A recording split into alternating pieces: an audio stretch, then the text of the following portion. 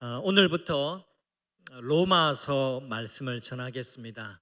큐티책 구입하는 거 망설이지 마시고 같이 로마서를 읽어 주시기를 우리 성도님들께 꼭 당부의 말씀을 드리겠습니다. 매일매일 로마서의 말씀을 묵상하시다가 주일 또 로마서 설교를 들으시고 로마서를 더 잘 이해하고 또 더 큰 은혜를 누리시면 좋겠습니다. 필립 야콥 슈페너, 17세기의 경건주의의 아버지라고 불리는 분인데, 이분이 로마서에 대해서 이렇게 말했습니다. 성경이 반지라고 한다면 로마서는 그 반지 위에 고귀한 보석, 박힌 보석이고, 그 중에 로마서 8장은 그 보석의 가장 빛나는 부분이다. 이렇게 로마서 성경에 관해서 극찬을 한 바가 있습니다. 로마서는 바울이 남긴 많은 서신서 가운데 가장 길어요. 그리고 신앙의 핵심을 아주 잘 설명해 주는 성경이 되겠습니다. 사도 바울이 가장 중요하게 생각했던 한 단어가 있는데, 그 단어가 바로 복음이라는 겁니다. 복음. 우리 성도님들, 짧은 이 한 단어 함께 따라해 주시겠습니까? 복음. 네. 바울이 긴 편지를 로마에 있는 성도들을 위해서 썼는데, 그걸 단 한 단어로 줄여서 말하라고 한다면 그건 복음입니다. 로마서 1장에는 복음이라는 단어가 6번이 나오는데, 1절에 보면 바울 자신이 하나님의 복음을 위해서 택함을 받았다라고 고백해요. 내가 왜 예수를 믿었고, 내가 어떻게 무엇을 위해서 사도로 부르심을 받았는지 그 이유를 밝히는데, 복음 위해서라는 겁니다.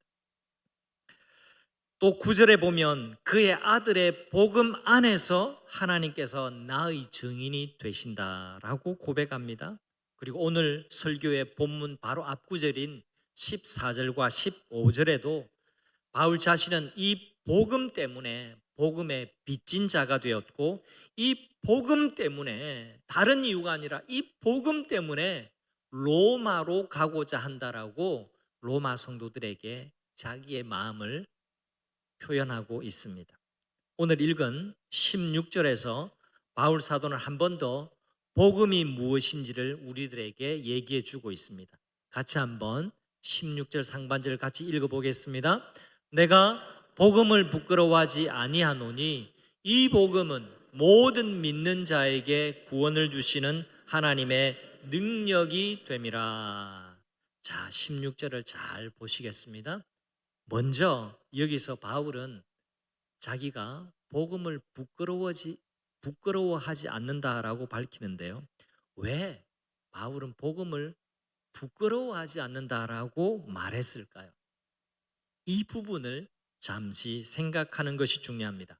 오늘날에는 주변을 우리가 둘러봐도 교회도 많고 예수님 믿는 사람도 많아서 교회를 다니는 일이 그렇게 이상하거나 별난 일처럼 그렇게 여겨지지 않는 시대에 우리가 살아가고 있습니다.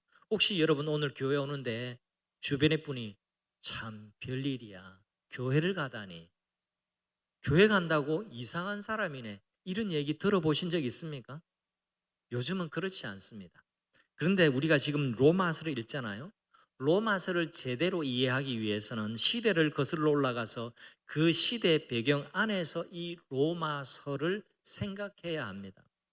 로마 제국이 통치하던 당시 헬라 문화는 신이 인간을 위해 죽는다라는 생각을 받아들이지를 못했습니다. 여러분, 기독교의 핵심 신앙의 내용이 뭡니까? 하나님이 우리를 사랑하셔서 우리를 구원하시기 위해서 하나님의 아들이신 예수님을 우리 죄를 구원하시기 위해서, 대속하시기 위해서 이 땅에 보내셨고, 그 예수라는 분이 우리 인간의 죄를 대신 어린 양처럼 짊어지시고 대신 죄값을 치르셨다라는 겁니다.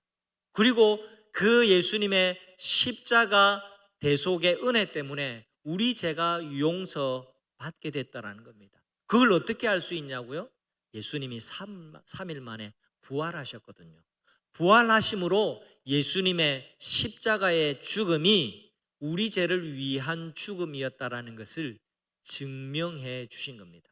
그런데 오늘날 우리는 이것을 믿겠는데 그 당대의 로마 사람들, 로마 제국에 속한 헬라 문화권의 사람들은 세상에 전능한 신이, 완벽한 신이, 능력이 많은 신이 죽는다고 이걸 받아들이지를 못했습니다. 나약해 보였기 때문에, 무능해 보였기 때문에, 그리고 자기들이 그려놓은, 자기들이 상상하는 신의 모습이 아니었기 때문에 그렇습니다. 그래서 복음은 헬라 세상 사람들이 보기에는 미련해 보이는 것이었고 어리석은 것이었습니다. 로마가 가진 막강한 군사력, 그리고 그들이 구축한 법 체계가 지상 최고라고 생각했기 때문에 바울이 전하는 복음은 그저 초라하고 빈약한 헛소리로 들렸을 뿐이었습니다.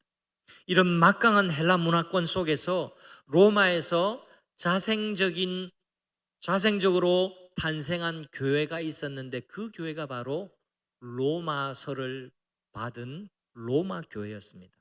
이 신생의 교회는 아직 믿음이 약했고 여전히 헬라 세상의 가치관 속에서 흔들거렸습니다. 그들은 복음에 대한 확고한 믿음이 부족했고 그래서 복음을 능력 있게 증거하지를 못했습니다. 바울은 이런 상황에서 복음이 무엇인지를 그들에게 알려주기 위해서 로마 교회 성도들을 위해서 펜을 들었습니다. 그게 바로 로마서예요. 로마 교회 성도들은 이미 예수 그리스도의 십자가로 구원받은 사람들이었습니다. 그런데 왜 바울은 그들에게 또다시 복음을 듣게 했을까요? 이 부분이 굉장히 중요합니다. 여러분, 목사도 다시 복음을 들어야 하고 찬양대에 있는 가운을 입고 있는 분들도 복음을 들어야 합니다. 장로입니까? 권사입니까? 교회를 수십 년 다녔습니까? 여러분들도 복음을 들어야 합니다. 교회를 처음 오신 분도 복음을 들어야 합니다. 복음을 다시 들어야 합니다. 우리 모두가 다 다시 복음 앞에 서야 합니다. 믿음의 감격과 믿음의 열정을 잃은 로마 성도들에게 바울은 복음의 불을 붙이기 위해서 다시 로마서를 쓰면서 복음을 이야기하고 있는 겁니다. 이게 텀블러인데요. 텀블러지만 상상을 해주세요. 이 텀블러 크기가 박격포 포탄 크기만 합니다. 텀블러지만 뭐라고요? 이제 이걸 두고 죽이 맞아야 된다고 하는 겁니다. 제가 물으시면 이게 뭔지 여러분 답해 주셔야 됩니다. 아마 찬양대는 똑똑하니까 아마 답을 잘할 수 있을 것 같습니다. 이게 뭐라고요? 포탄. 이게 포탄입니다. 여러분, 이 포탄을 사용하는 방법에는 두 가지가 있습니다. 하나는 이 묵직한 쇳덩이를 집어 던지는 겁니다. 군대를 다녀오신 분은 알겠지만 이 묵직한 쇳덩이를 집어 던져서 적의 머리를 맞추거나 그러면 이 직격탄이기 때문에 여러분 크게 상처를 입힐 수 있습니다. 또 아니더라도 도망가다가 다리에 맞아도 그런 최소한 타박상을 입힐 수 있습니다. 여러분 이 포탄을 그렇게 사용하는 방법이 있는데 그렇게 사용하고 싶으세요? 근데 포탄은 그렇게 사용하라고 만든 게 아닙니다. 이걸 집어 던지거나 이거 가지고 막 싸우고 들고 싸우고 이렇게 하라고 포탄을 만든 게 아니에요. 포탄은 어떻게 사용해야 할까요? 포탄에 불을 붙여서 멀리 날리고 폭파시키고 그리고 거기를 초토화시키라고 포탄을 만든 겁니다. 그래서 포탄 하나는 총알 수십 개, 수백 개의 위력을 가지게 되는 겁니다. 여러분, 복음은 단순히 던져 맞히는 쇳덩이가 아니에요. 하나님은 복음의 포탄에 불을 붙여서 터뜨리기를 원하시는 겁니다. 복음에 불이 붙을 때에 사람의 마음을 깨뜨리고 세상을 뒤흔드는 능력이 나타납니다. 복음에 불붙었던 바울은 로마 제국의 한복판에서 십자가에 달려 죽은 예수를 당당한 마음으로 주라고 외쳤습니다. 그 당시의 세상에는 황제 외에는 주가 없었어요. 황제가 제일의 신이었습니다. 황제가 그들의 주였습니다. 그런데 바울은 황제가 주가 아니라 날 위해서 십자가에 못 박혀 죽으신 주님, 하나님이 우리를 구원하시기 위해서 이 세상에 보내주신 그 예수가 우리의 주라고 고백하는 겁니다. 그분이 진정한 우리의 왕이시라고 그는 전했습니다. 예수 십자가의 복음은 어리석은 것도 아니요, 미신도 아니요, 이단 사상도 아니라 능력이라고 외쳤습니다. 바울은 복음을 부끄러워하지 않았습니다. 아니, 오히려 바울은 복음을 자랑스러워했습니다. 로마서 말씀은 오늘 우리에게 묻습니다. 당신은 복음을 부끄러워하지 않는가? 당신은 세상 앞에서 복음을 자랑하고 있는가 말입니다. 여러분, 혹시 우리의 복음은 포탄이 아니라 식어버린 쇳덩이처럼 무겁기만 한 신앙이 되어버린 것은 아닙니까? 그런 느낌이 있는 분들은 로마서 말씀에 귀를 기울여야만 합니다. 이제 로마서를 읽는 2달 동안 여러분의 마음에 복음의 불이 붙기를 주님의 이름으로 축복합니다. 다시 복음을 듣고 영이 죽어 있는 자는 살아나고 믿음에 확신이 없는 자는 확신을 얻고 죄와 사망에 매여 있는 자들은 자유케 되는 은혜가 넘치시기를 주님의 이름으로 축복합니다. 그러기 위해서는 로마서의 말씀을 읽으셔야 합니다. 로마서를 가까이 하십시오. 이제 본문을 좀 더 구체적으로 살펴보겠습니다. 6절 상반, 16절 상반절의 말씀입니다. 나는 복음을 부끄러워하지 아니하노니. 여기 부끄럽다라는 단어는 수치심을 느끼다, 위축되다라는 의미를 가집니다. 바울은 왜 복음을 부끄러워하지 않았을까요? 이론적으로 단단하게 잘 배웠기 때문에 부끄러워하지 않았을까요? 신학교를 우수한 성적으로 졸업했기 때문에 복음을 부끄러워하지 않았을까요? 아닙니다. 바울은 복음의 능력을 직접 경험했기 때문에 이 복음이 부끄럽지 않았던 겁니다. 바울은 과거에 교회를 박해하던 사람이었습니다. 스데반 집사가 돌에 맞아 첫 순교할 때도 옷을 지키면서 스데반이 돌 맞아 죽어도 좋다라는 쪽에 찬성했던 사람이었습니다. 앞장서서 예수 믿는 사람을 잡으러 다녔던 사람이었습니다. 그러나 다메섹 도상에서 바울은 예수님을 만났고 그 인생이 어둠에서 빛으로 완전히 바뀌게 되었습니다. 그래서 바울은 복음이 부끄럽지 않았던 겁니다. 복음을 부끄러워하지 않는 사람은 복음을 지식으로만 아는 사람이 아니라 생명으로 경험한 사람이에요. 머리로만 아는 복음은 쉽게 부끄러워집니다. 그러나 삶으로 경험한 복음은 숨길 수 없습니다. 내 삶으로 체험한 복음은 숨길래야 숨길 수가 없어요. 여러분, 이런 말이 있잖아요. 기침과 사랑은 숨길 수가 없다고. 여러분, 제가 예배 시간에 설교하면서 가끔 한 번씩 기침하는 것도 그걸 여러분이 알려주기 위해서 제가 기침하는 거라고 이해해 주시면 좋겠습니다. 기침은 숨길 수 없어요. 사랑하는 마음 숨길 수 없습니다. 복음을 경험한 사람은 복음을 숨길 수가 없어요. 부끄러워할 수가 없어요. 복음을 선포하지 않으면 견딜 수 없어집니다. 바울이 그랬다라는 겁니다. 우리 모두가 바울처럼 다메섹 도상의 극적인 경험을 하는 것은 아닙니다. 그러나 부활하신 주님을 만나는 결정적인 순간은 누구에게나 필요합니다. 바울만큼 이론과 논리, 학문과 지성으로 단련된 사람이 어디 있을까요?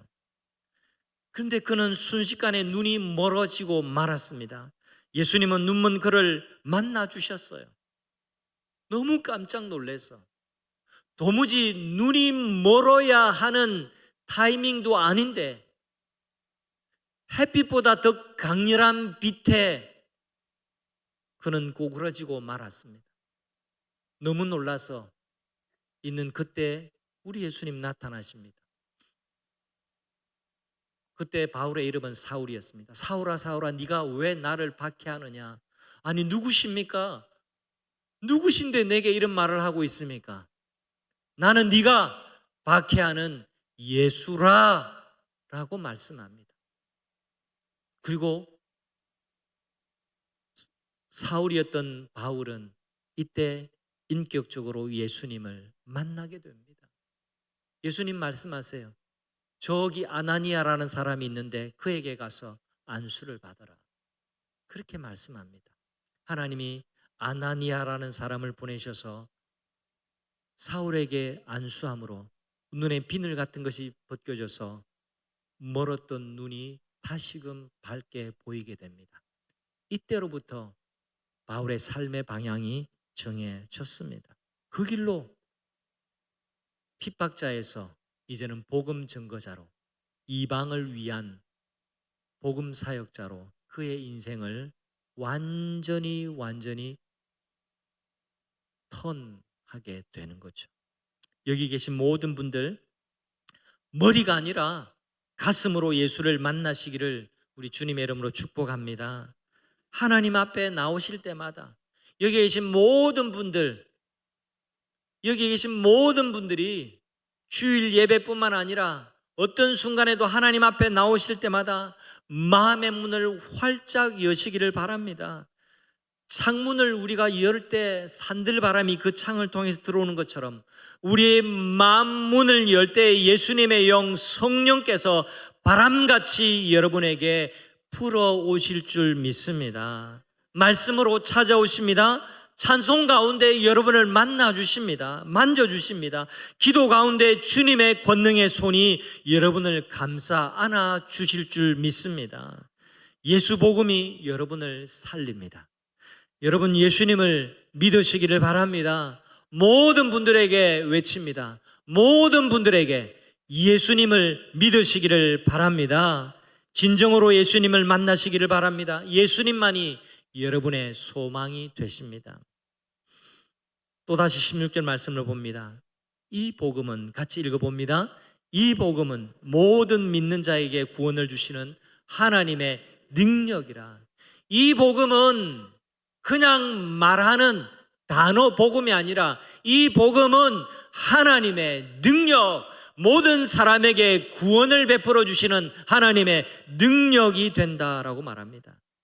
다시 복음을 생각해 봅니다. 이 복음이라는 것이 무엇입니까? 너무너무 익숙한 단어예요. 우리가 교회를 다니고 난 뒤부터 굉장히 익숙한 단어이지만 정확하게 모르는 경우가 많아서 로마서 첫머리 1절과 2절을 보겠습니다. 바울이 로마서를 기록하면서 첫 문장을 이렇게 썼습니다. 예수 그리스도의 종 나 바울은 사도로 부르심을 받아서 하나님의 복음을 위하여 택정함을 입었으니, 자기가 왜 구원받았으며 자기가 왜 사도로 부름을 받았고 왜 지금 로마서를 쓰는지 그 이유를 밝히고 있습니다. 하나님의 복음을 위해서 나는 택함을 받았다. 그렇게 자기 정체성을 분명하게 합니다. 2절이 중요합니다. 이 복음은 하나님이 선지자들을 통해서 그의 아들에 관하여 성경에 미리 약속하신 것이라. 복음이 무엇인지 선명하게 설명해 주고 있습니다. 복음이 무엇입니까? 복음은 하나님이 옛날 구약시대 때부터 선지자를 많이 보내주셨는데 그 선지자들에게 맡겨주신 그 약속이 이루어진 그분, 그 예수님이 바로 복음이다. 하나님의 약속이 성취된 것, 하나님의 약속이 무엇입니까? 우리를 구원하시기 위해서 메시아 그리스도를 보내실 것인데 그 그리스도가 바로 예수시라는 거예요. 예수가 복음이고 하나님의 약속이 복음이라는 겁니다. 하나님이 주셨던 그 약속이 복음이고 예수예요. 복음의 이름표가 예수라는 겁니다. 예수님이 복음이라는 겁니다. 여러분, 우리 교회는요, 예수가 드러나야 합니다. 교회의 존재 목적이 뭘까요? 바자회 잘하고 행사 잘하는 것, 이것이 우리 교회의 존재 목적이 아닙니다. 만약에 예수가 우리 교회에 없다면, 예수가 동부산 교회에 없다면 바자회 아무리 잘해도 그건 소용없는 일이 됩니다. 복음이라고 하는 것은 문자 그대로예요. 복음, 복된 소리, 복된 소식, 이것이 복음인데 사전적인 의미는 그렇습니다만 의미는 그 이상입니다. 복음은 하나님의 능력입니다. 다시 16절 말씀을 읽겠습니다. 읽어봅니다. 이 복음은 모든 믿는 자의 구원을 주시는 하나님의 능력이라. 복음이 뭐라고요? 하나님의 능력이래요. 하나님의 능력. 여기 능력이라는 단어가 헬라어로는 디나미스예요. 디나미스인데 영어로 비슷한 단어가 있죠. 다이나마이트. 여기 디나미스에서 나온 말이 영어의 다이나마이트라는 겁니다. 다이나마이트가 뭡니까? 터지는 거예요. 산을 깎아내리는 거예요. 폭파시키는 겁니다. 엄청난 변화를 일으키는 것이 다이나마이트입니다. 복음이 뭐라고요? 하나님의 능력, 하나님께서 우리에게 주시는 다이나마이트라는 겁니다. 여러분, 복음을 말하는 건요, 그냥 교회 다녀보세요. 좋아요. 안 다니는 것보다 좋아요. 교회 가면 재밌어요.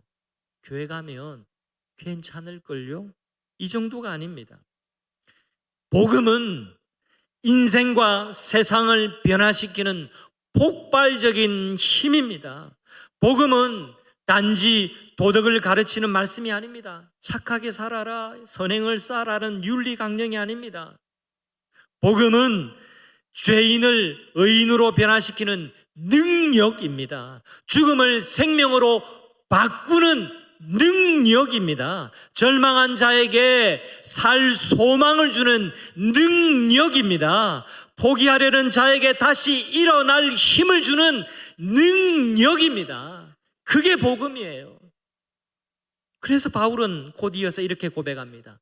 의인은 믿음으로 말미암아 살리라. 이 말씀은 구약성경 하박국 2장 4절 말씀을 인용한 겁니다.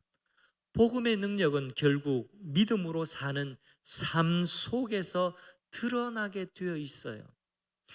복음을 자랑한다라는 것은 내가 잘나서가 아닙니다.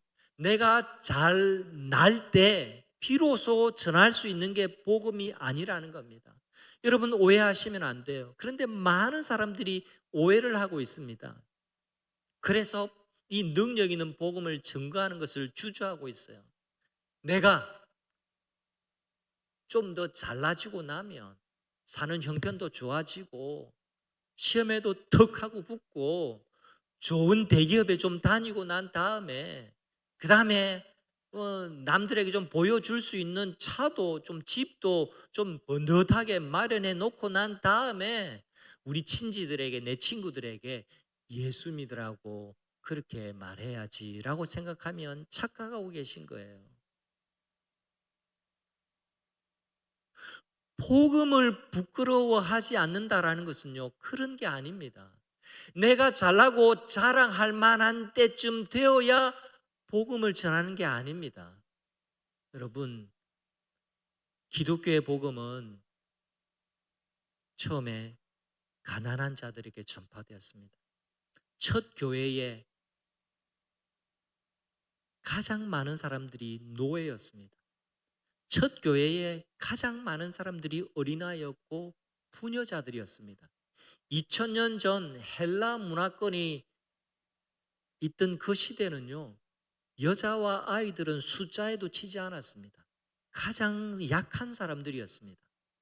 그런데 교회는요, 그런 분들로부터 시작되었습니다. 멸시받고 천대받고 아무것도 가진 것이 없었던 종들이 많았어요. 그게 교회의 모습이었습니다.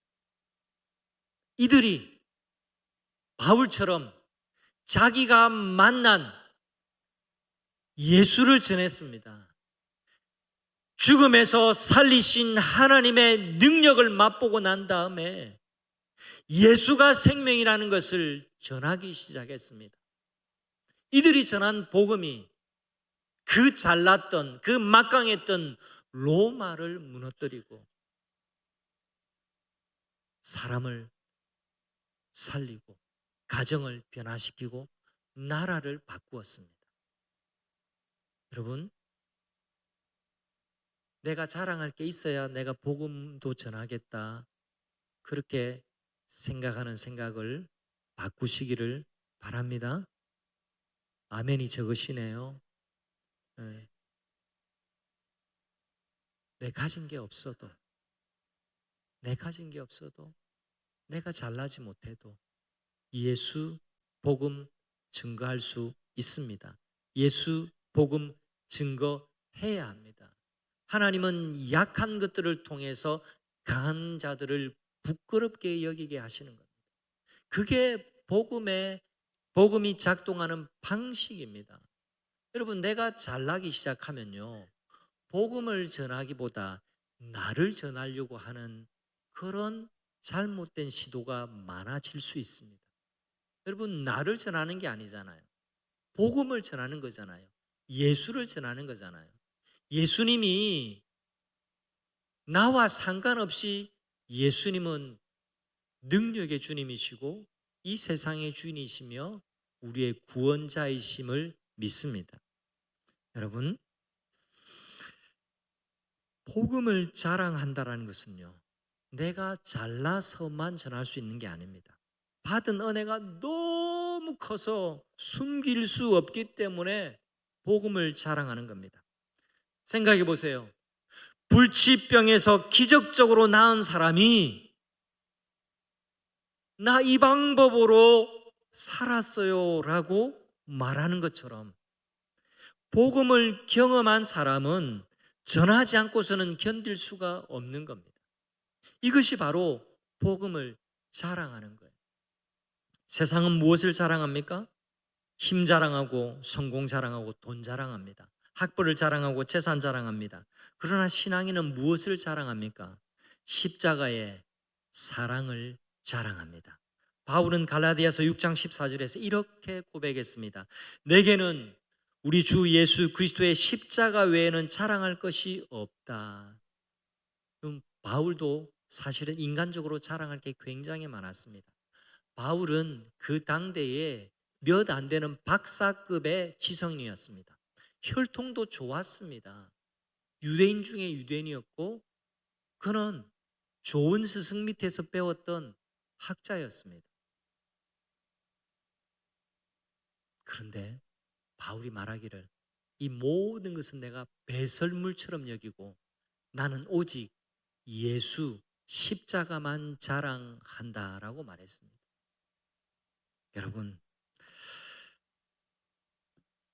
여러분의 믿음은 지금 어떤 상태에 있습니까? 복음의 불길이 여러분 속에서 활활 타오르고 있습니까? 아니면 여기 식어진 쇳덩이처럼 무겁기만 합니까? 바울은 오늘 우리에게 묻습니다. 당신은 복음을 부끄러워하고 있지는 않습니까? 세상 앞에서 당신은 예수를 자랑합니까? 우리가 이제 성탄을 기다리고 있습니다. 성탄을 기다리는 기간, 우리의 사명은 분명합니다. 복음을 전하는 겁니다. 예수를 자랑하는 겁니다. 오늘부터 내가 전도할 한 사람을 정하십시오. 또 여러 사람을 정하십시오. 그의 구원을 위해 기도하고 복음 전할 기회를 구하십시오. 직장에서, 가정에서, 학교에서, 각자의 자리에서 예수를 부끄러워하지 마시기를 바랍니다. 가만 보면 우리 여기 계신 분들의 자녀, 친지, 남편 분들 가운데 지금 예수님을 믿어야 할 분들이 참 많이 있습니다. 우리 교회 오래 다니다가 지금 몇 년째 교회를 안 다니는 분을 제가 어제 만났어요. 제가 어깨를 감싸고 다시 오라고, 다시 오라고.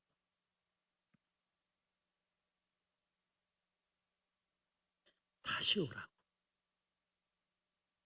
여러분, 우리 눈을 돌아보면 이 복음을 들어야 할 사람들이 많이 있습니다. 여러분의 한마디가, 여러분의 작은 행동 하나가 누군가의 생명을 살릴 수 있습니다. 우리가 2달 동안 로마서를 읽을 텐데요, 로마서를 읽는 이 2달 동안 여러분 안에 복음의 불이 다시 타오르기를 주님의 이름으로 축복합니다. 복음을 깨달으십시오. 복음을 들으십시오. 복음이 능력인 것을 확신하시고 경험하시기를 바랍니다. 복음은 하나님의 능력입니다. 우리 삶을 변화시키는 폭발력 있는 능력입니다. 복음을 당당하게 드러내며 복음의 능력을 깊이 경험하는 복된 한 주간을 보내시는 우리 모든 성도님들이 되시기를 주님의 이름으로 축원합니다. 아멘.